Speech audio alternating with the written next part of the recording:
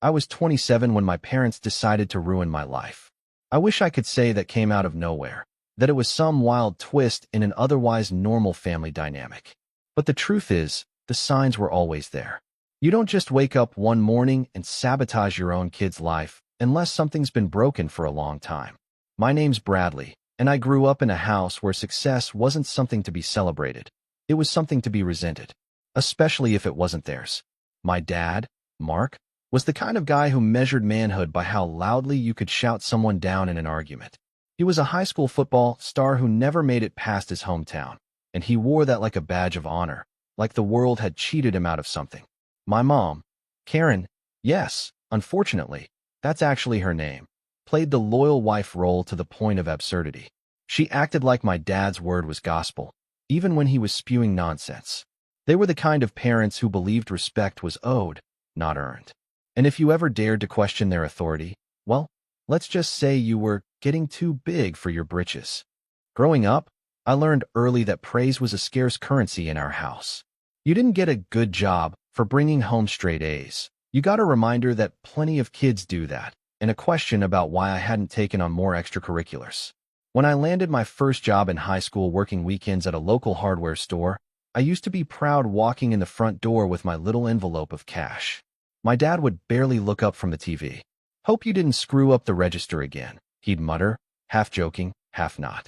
And if my younger brother Jason, 4 years younger, lazier, and with a magical talent for avoiding responsibility, got a C on a math test, they'd take him out for ice cream because he tried his best. Still, I wasn't a victim. I worked hard, I kept my head down, and I used every inch of distance I could create to build a life outside their shadow. I went to college on scholarship, no help from them, and graduated with honors in business administration. By the time I was 25, I'd landed a management job at a mid-sized logistics company. Nothing flashy, but the pay was solid, the team respected me, and I had a corner office with a window that overlooked the river. I even got to fly out for conferences a few times a year. For the first time in my life, I felt like I was building something of my own, something they couldn't touch. Of course, I made the mistake of telling them.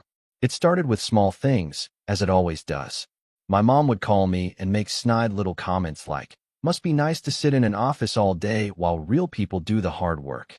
Or she'd ask if I was dating anyone, or are the women up there too high maintenance for you now? My dad, meanwhile, would scoff at everything I told him. When I mentioned I got a small bonus for leading a new project, he said, "You should be giving that to us. We raised you, after all." It was like any success I had was an insult to them, a reminder that I'd left them behind. But the real turning point came when Jason, remember him, crashed his car into a pole while driving under the influence. My parents didn't punish him. They didn't even seem mad. They were just upset that the insurance wouldn't cover the full damage. So they called me. "Bradley," my mom said sweetly, "your brother's in a tough spot. You know he's still trying to find his footing, and we just thought, since you're doing so well, maybe you could spot him a few thousand, just to help him get another car." "No," I said flatly.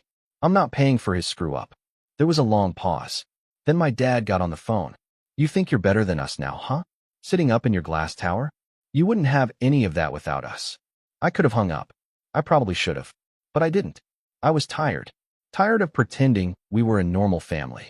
Tired of biting my tongue every time they tried to drag me back down. "You didn't help me get any of this," I told him. "You've done nothing but belittle me since I was a kid. So no, I'm not giving you money. And if this is how these conversations are going to go, maybe we shouldn't have them anymore." I hung up. And for a while, it was quiet. A month passed. Then two. No calls. No texts. No random guilt-tripping voicemails from my mom. I thought maybe, just maybe, they'd gotten the message. That maybe we could finally start over as distant relatives who politely wished each other happy birthdays and kept the conversation shallow. But that would have been too easy. The next time I heard from them wasn't a phone call. It was a meeting with my boss. He called me into his office, his expression unreadable. I remember the way he folded his hands on the desk and said, "Bradley, I received a very disturbing phone call this morning." My stomach dropped. "Someone claiming to be your father said they had evidence you've been stealing money from the company." I laughed. I couldn't help it. It sounded so ridiculous. "Wait, what?" His face didn't change. "He claimed you'd been funneling client payments into a personal account and that he had bank statements to prove it." Obviously, we take allegations like this seriously, so I reviewed everything myself. I didn't find anything yet, but before I could even respond, your mother called too.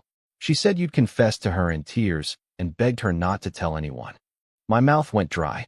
Sir, that's completely false. I would never. I want to believe you, he said quietly. But the board has been alerted.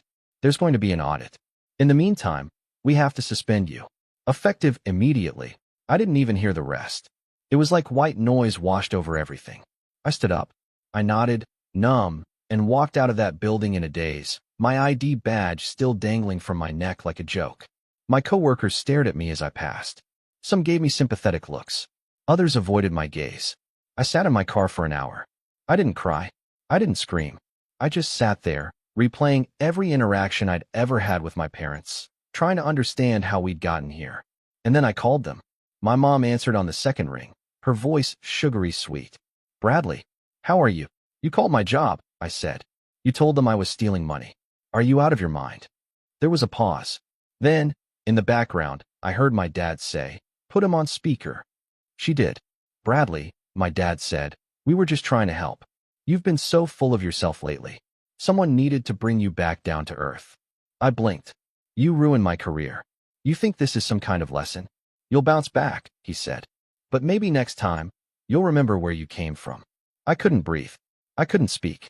And that's when it hit me. They weren't going to apologize. They weren't going to take it back. They thought they were right. And that's when I decided they were never going to see what was coming next. I didn't sleep that night. I lay in bed staring at the ceiling, the weight of everything crushing down on my chest like a concrete slab. Every hour or so, I'd reach for my phone hoping to see an email from my boss, maybe an apology saying it was all a misunderstanding and that I could come back. But nothing. Just silence. Silence from work. Silence from the so-called friends I'd made there. And the loudest silence of all, from the people who had detonated my entire life and went to bed that night without a second thought. For the first week, I kept hoping it would blow over. That HR would realize the allegations were baseless.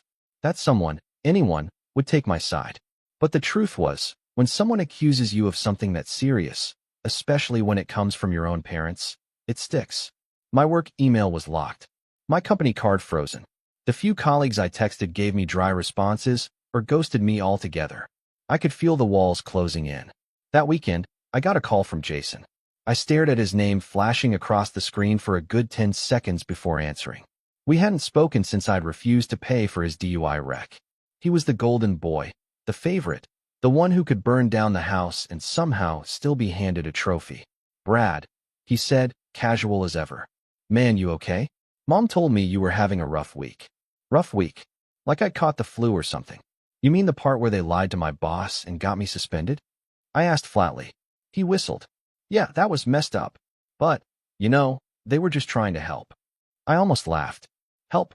Look, man, he said, shifting into that familiar tone of fake empathy he always used when he wanted something. Dad said you've been acting like you're better than everyone. I'm not saying they were right, but you have been kind of distant. You don't come home anymore. You don't call unless they call first. I think they just felt like you were slipping away. I was slipping away, I snapped. Because every time I come around, it turns into a guilt trip or a lecture. I'm not going to keep subjecting myself to that just because they're family. There was a pause. Then Jason, still soft-spoken, said something that made my skin crawl. If you just gave them what they were asking for, this probably wouldn't have happened.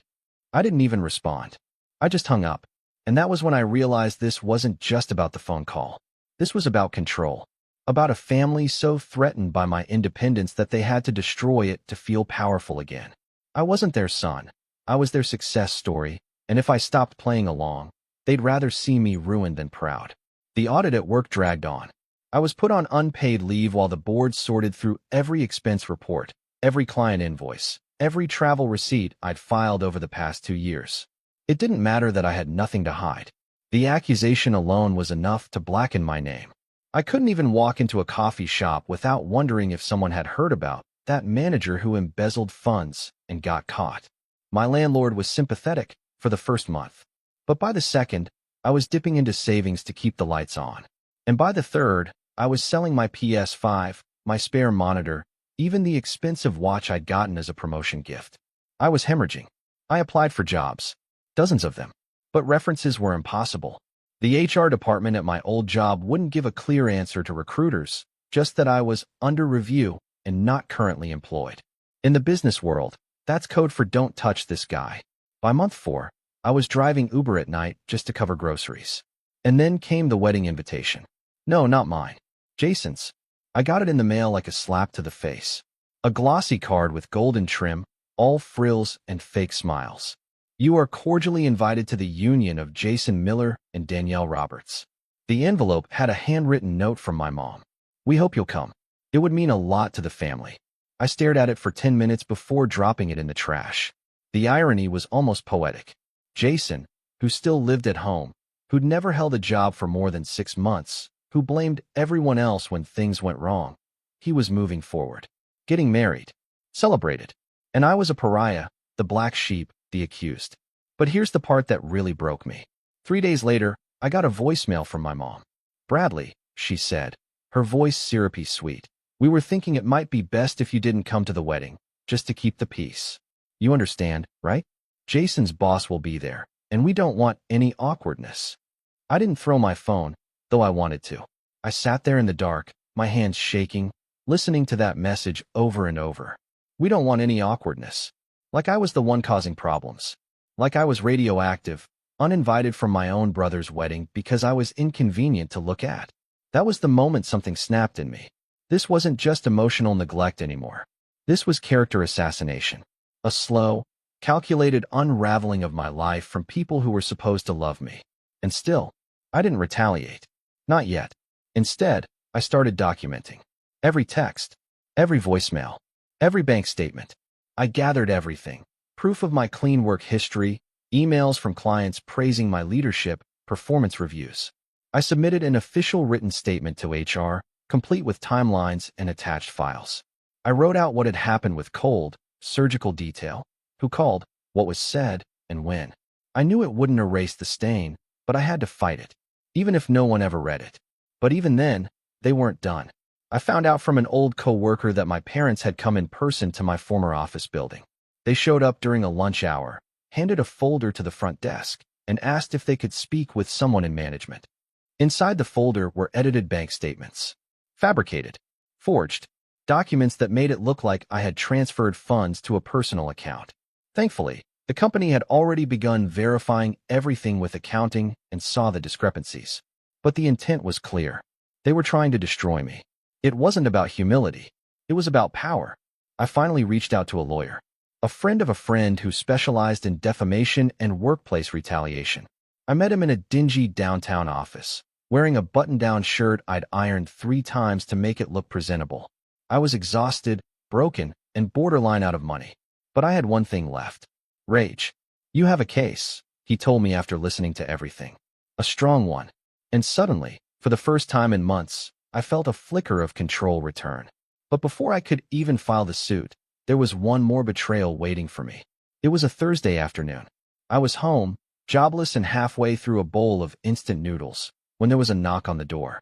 I opened it to find a man in a crisp suit holding a manila envelope. "You've been served," he said, then walked off. I opened it. Inside, a letter from my parents. They were suing me for emotional distress, claiming I had threatened and harassed them and publicly defamed their character in retaliation for a misunderstanding. It was unreal. They accused me of hurting them after what they did to me. And that was the moment. That was the exact second I knew this wasn't just going to end with cutting contact or moving on. This wasn't going to be a clean break or a sad story I told my therapist years from now. No, this was going to be war, and I was going to win. I didn't answer calls for the next 3 days. Not from my lawyer, not from Jason, not even from my old coworker Brian, who'd left me a sympathetic voicemail saying, "I don't know what's going on, man, but I believe you." I couldn't even bring myself to respond. I was too far gone. I stared at that lawsuit from my parents like it was some kind of cosmic joke. Emotional distress? Public defamation? They'd tried to erase my career, driven me into financial ruin, forged documents to frame me. And now they were playing the victims? What made it worse, what made it unbearable, was the tone of the letter. Clinical. Cold. Like they were suing a stranger. Like I was just a name on a docket. I wish I could tell you I responded with strength, that I pulled myself together, called my lawyer, and marched straight into battle. But that wouldn't be the truth. The truth is, I spiraled. There's no romantic way to describe what rock bottom feels like. It's not always dramatic. Sometimes, it looks like a guy in sweatpants eating ramen off a paper plate at 2 a.m. while reruns of some show he's not even watching drone in the background. Sometimes, it's a silent panic attack that lasts for hours. Sometimes, it's just nothing. You don't cry. You don't rage. You just exist in a hollow kind of numbness. I canceled my gym membership. I stopped answering texts. I stopped shaving. For the first time in my adult life, I had no purpose, no direction, no schedule. I was a ghost in my own apartment. And then the eviction notice came. I was behind on rent by 2 months. My savings were gone. Uber income barely covered groceries. I had exactly 13 days to vacate. That night, I sat on the floor with my back against the fridge, holding the eviction letter in one hand and my phone in the other. I almost called them. Almost. Part of me, some pathetic little fragment, still believed they might feel bad, that they might take it back, that this was all some elaborate test, and if I just gave in, they'd welcome me back like nothing happened. But I didn't call. Instead, I called the only other number I had left. Kira. She was an ex. We dated in college. She was the first person who really saw me, the first person who told me I could be more than the people who raised me.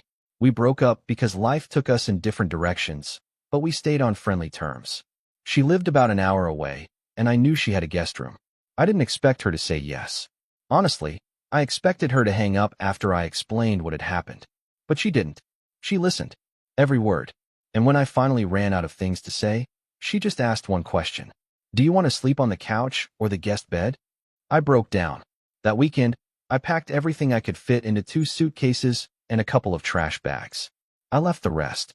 My lease was up in a week anyway, and there wasn't anything left to hold on to.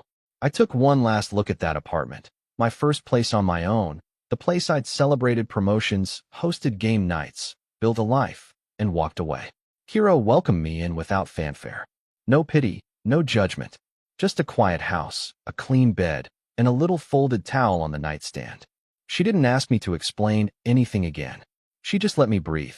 The first week, I barely left the room. I slept. I read. I stared at the ceiling. Kira would knock sometimes, leave tea or snacks by the door, but never pushed. Slowly, I started to come out of the fog. I started going for walks. I helped with dishes. I offered to mow her lawn, which turned into a weekly routine. And one day, she walked into the kitchen and found me sketching something on a napkin. What's that? She asked. I didn't even look up. Business plan. She sat down across from me. You starting a company? Thinking about it, I said. Something small. Consulting. I still know the industry. I still have contacts.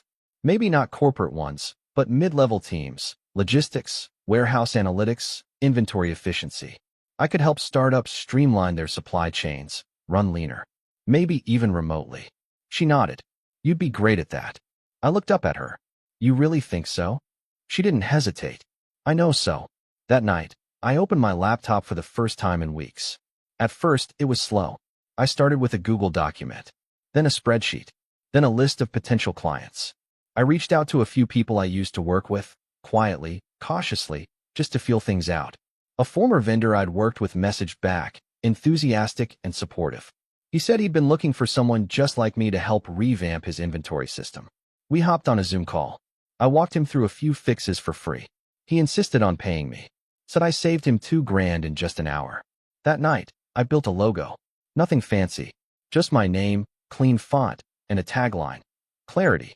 Efficiency. Results. By the end of the month, I had 3 paying clients. I wasn't rich. I wasn't even stable. But I had momentum. And something else happened, too. I started talking to my lawyer again. He was patient, methodical. He walked me through the process, what we needed to prove, what documents to gather, what testimony to prepare.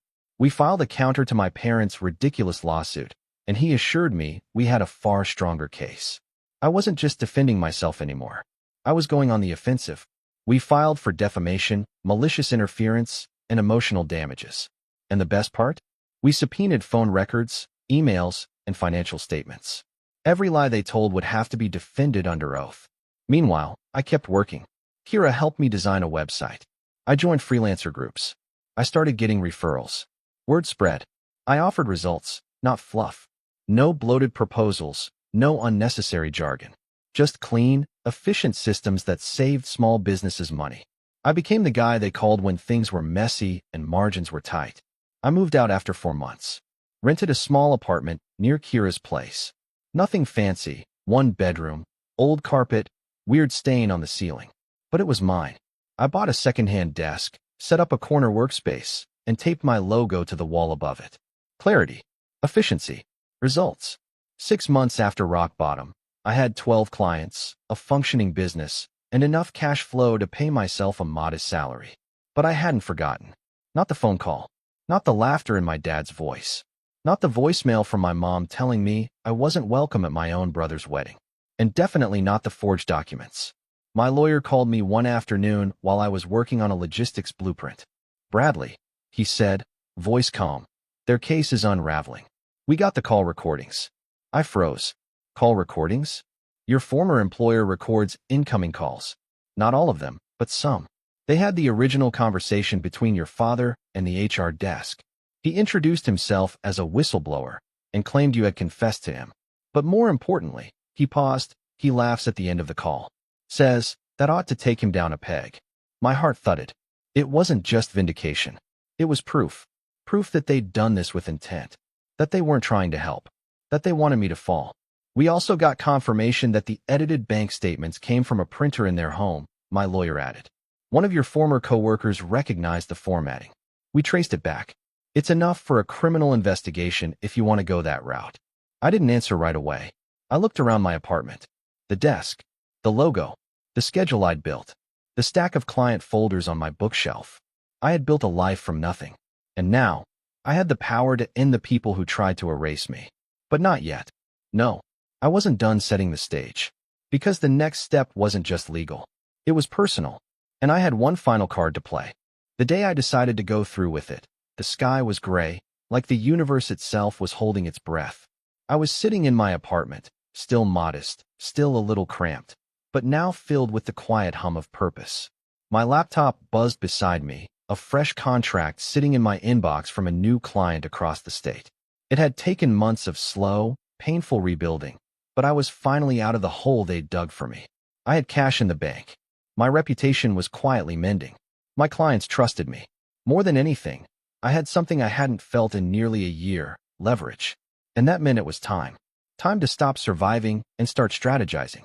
My lawyer, Evan, was the first piece of the puzzle.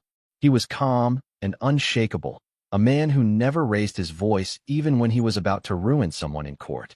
When I called him and said, "I'm ready to press forward with the defamation suit," he didn't ask questions. He just said, "Then let's start preparing for war." We already had the call recordings, one from my dad to my old HR department, another from my mom to a different manager at the company. The tone in both calls was casual, almost gleeful. It was the kind of evidence you couldn't buy, malicious intent, preserved in crystal-clear audio. But that was just the surface. Evan wanted more. He wanted to hit them with so much pressure that they'd crack from the inside. "Let's see who else they talked to," he said. "Let's follow the timeline." So we filed for discovery. Within weeks, we got access to emails, phone logs, even some text messages between my parents and Jason. What we found chilled me. Jason had known. He wasn't just a passive bystander. He'd encouraged them.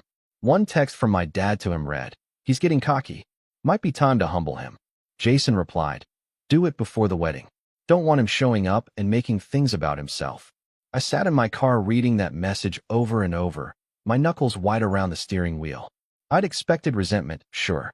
Jealousy, maybe. But the coldness in those words, it felt like a knife twisting in my ribs.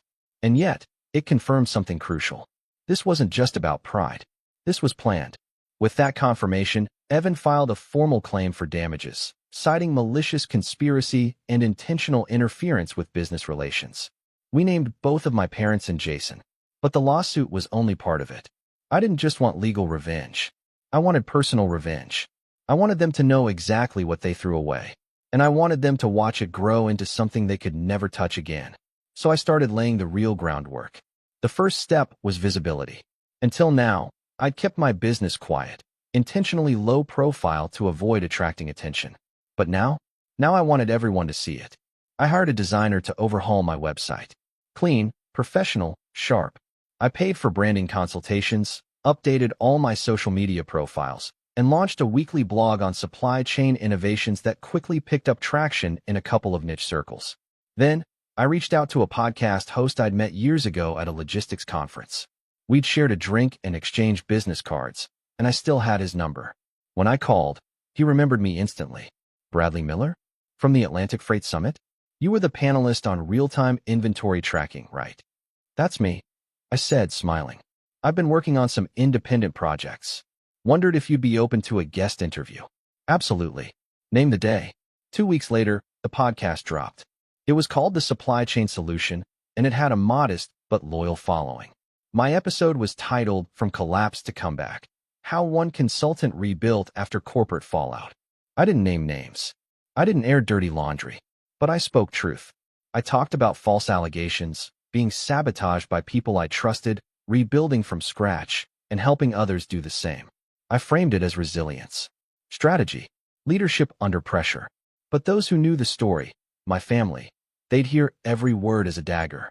And it worked. Because a week later, Jason texted me. Jason, did you seriously go on a podcast and talk about us? I stared at it, then typed back a single sentence. Me? Did you seriously try to ruin my life before your wedding? No reply. Good. Let the silence sink in. But I wasn't finished yet. The wedding had come and gone by this point. Jason and Danielle got married in some vineyard upstate. I wasn't invited, of course, but I didn't need to be. One of Danielle's cousins followed me on Instagram and posted a photo dump that included my parents, laughing, arms around Jason, like they hadn't torn their other son's life apart months earlier. In that moment, I realized something strange. They still believed they'd won. That I'd stay broken. That the lawsuit was just noise. That I was still the black sheep, knocking on their door, waiting for a scrap of approval. So I gave them a taste of what they feared most. Indifference. I stopped acknowledging them. No texts. No emails. No engagement with their social media. They reached out once. My mom sent a brittle, passive-aggressive message saying she hoped we could move past all this unpleasantness. I didn't respond. Instead, I posted a LinkedIn update with a smiling photo of me in my new office space.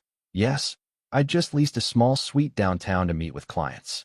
Grateful to have turned the darkest chapter of my life into the launchpad for something I never thought I'd have: freedom. Thanks to everyone who supported me during the rebuild. More to come.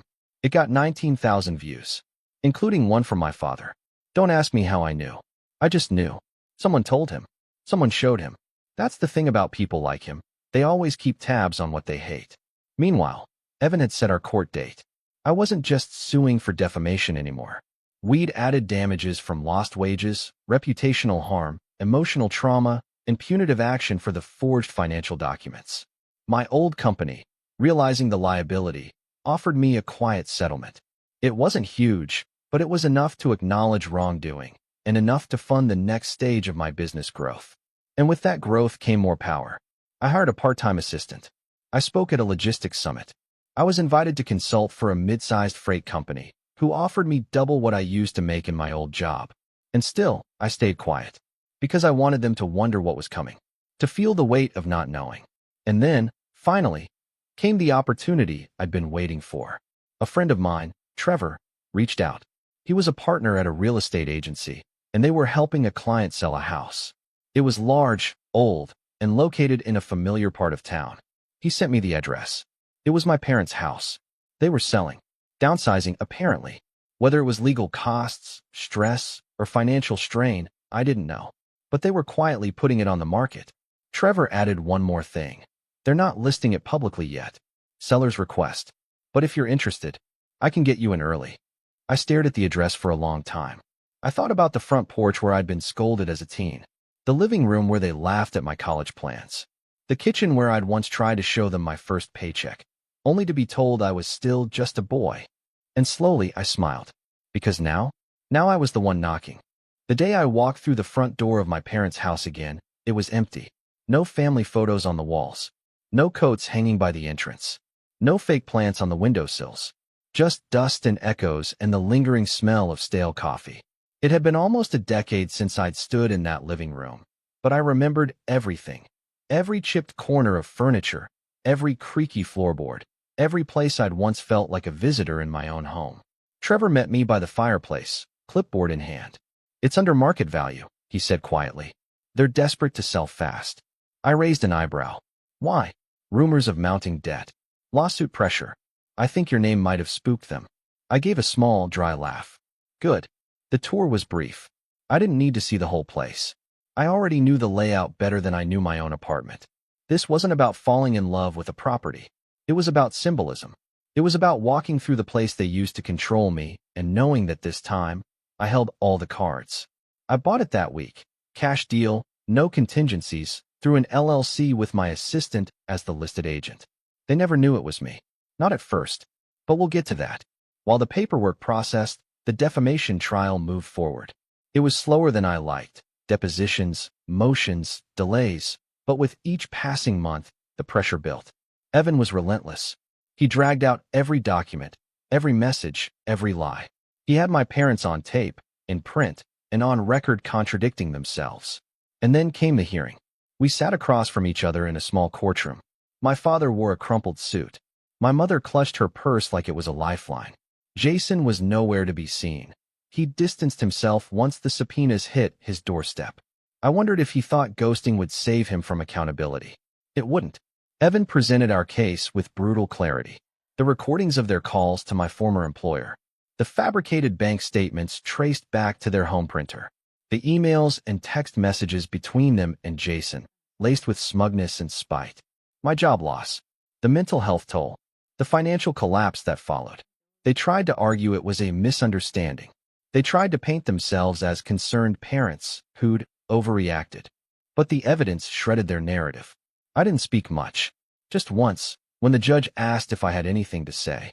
I stood up, looked my parents in the eyes, and said, "You didn't just try to humiliate me. You tried to erase me. And now you want to be pitted for the fallout of your own cruelty. You taught me a lot growing up, mainly what not to become. So thank you. For that, and nothing else." We won. The judgment was brutal. Damages awarded for defamation, loss of income, emotional distress, legal fees, and a public retraction requirement submitted to my former employer. The amount? 6 figures. Not enough to make me rich, but more than enough to ruin them. They appealed. They lost. Within months, their accounts were frozen. Assets seized. The house, which had already been sold, was legally untouchable, tucked safely under my LLC before their creditors could reach it. And that's when I made my move. I waited until the day they were officially forced to vacate the small rental they'd moved into after selling the house. According to court records, they'd fallen behind on payments. The bank was threatening foreclosure. Their car had been repossessed. My dad tried to borrow from Jason, but Jason had his own legal fees to deal with, thanks to his involvement in the conspiracy. My parents were, in every sense of the word, homeless. So I sent them a letter. It was hand-delivered, cream-colored envelope. No return address. Inside, just a simple note typed in the same font they'd used on the fake bank statements they once gave my boss. "You can find shelter at 239 Alderwood Drive. I hear the new owner is very generous." That was their address. The house they raised me in. The one they had to sell. The one I now owned. They showed up the next morning, confused and probably desperate, standing on the porch like characters out of a memory I'd buried. My father banged on the door, while my mother looked around like she couldn't believe she wasn't dreaming. I waited 5 minutes before opening it. The look on their faces when they saw me standing there? Perfect. My father's jaw locked.